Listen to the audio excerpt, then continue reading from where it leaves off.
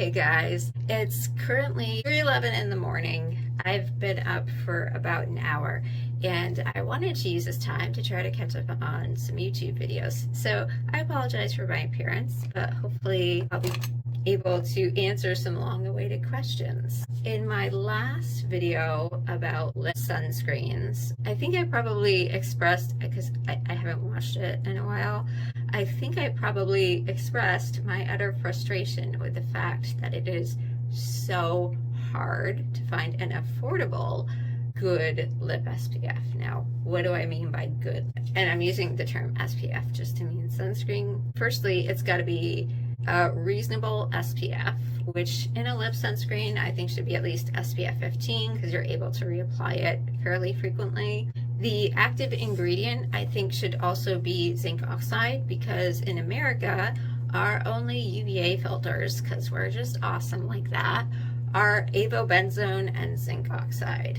Allegedly, certain companies can stabilize their avobenzone with different other organic, aka chemical ingredients. However, I don't trust that. I didn't do very well in organic chemistry, but my thinking is the other ingredients are taking the bullets, so to speak, in order to preserve avobenzone. Those other ingredients are going to break down at some point. It's not going to last the way that zinc oxide will. I believe that zinc oxide does not break down because it's a mineral, so I think you'd need to have a nuclear power plant to make it break down. Of course, all sunscreen should be reapplied because the film breaks down, but I think the more robust of a sunscreen you can use, the better. I think it's also important that it's moisturizing and that it glides on easily.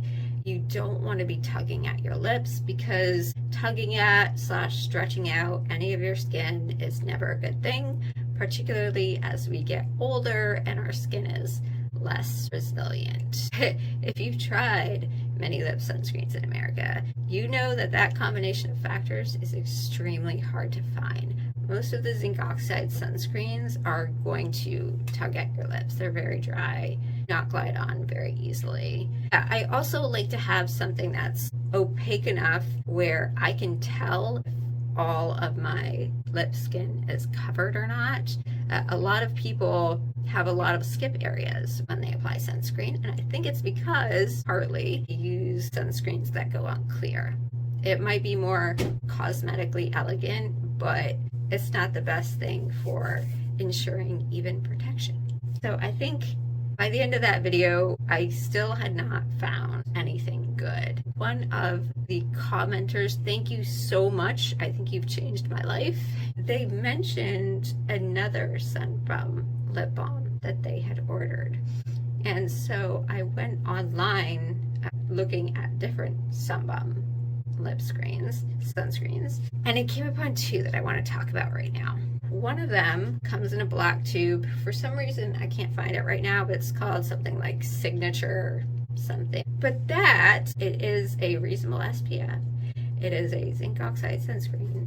And when I first opened it, it glided on the skin fairly well for a zinc oxide sunscreen. It wasn't awesome, but I was impressed. The opacity was very uneven. It had a little bit of a white cast. I would have felt more reassured if the white cast was even over my lips. I know a lot of people wouldn't like that, but I would feel more comfortable seeing that. And I'm not sure if that was because it applied unevenly or the product isn't homogeneous enough.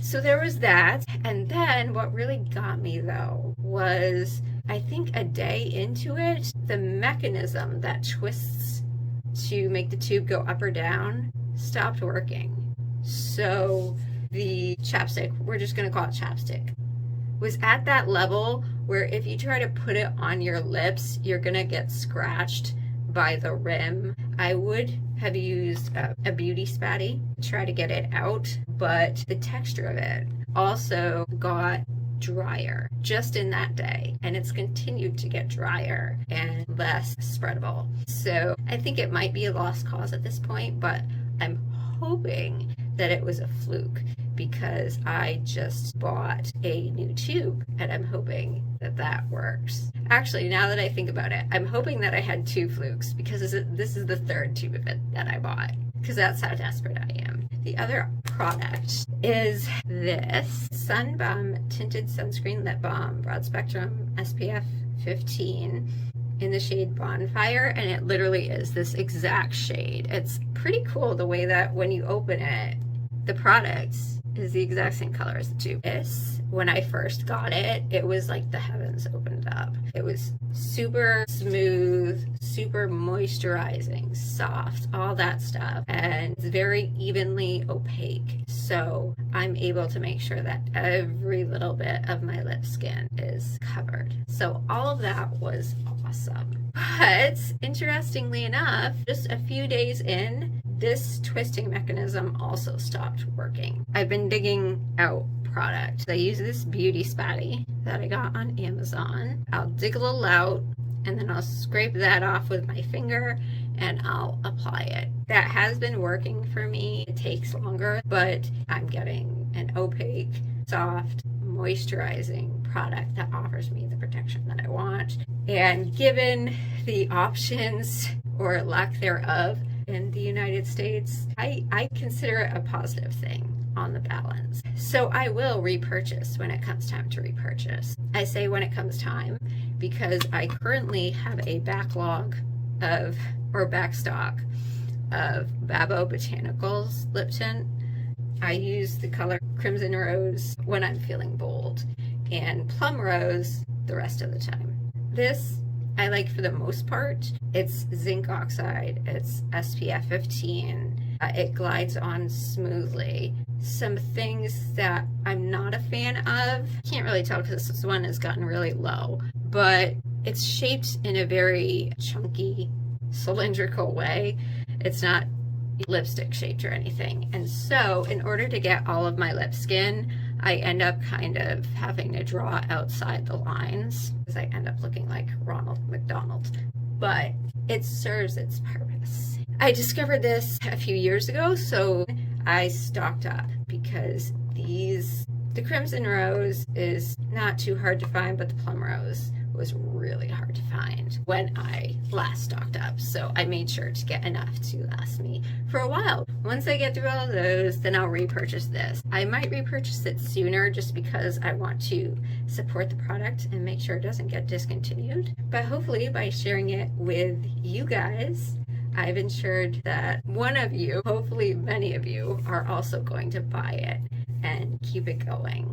Of course, please do complain to them about the twisting mechanism. That's really annoying. Thank you for bearing with this 3 in the morning video, and I hope you got some good information from it.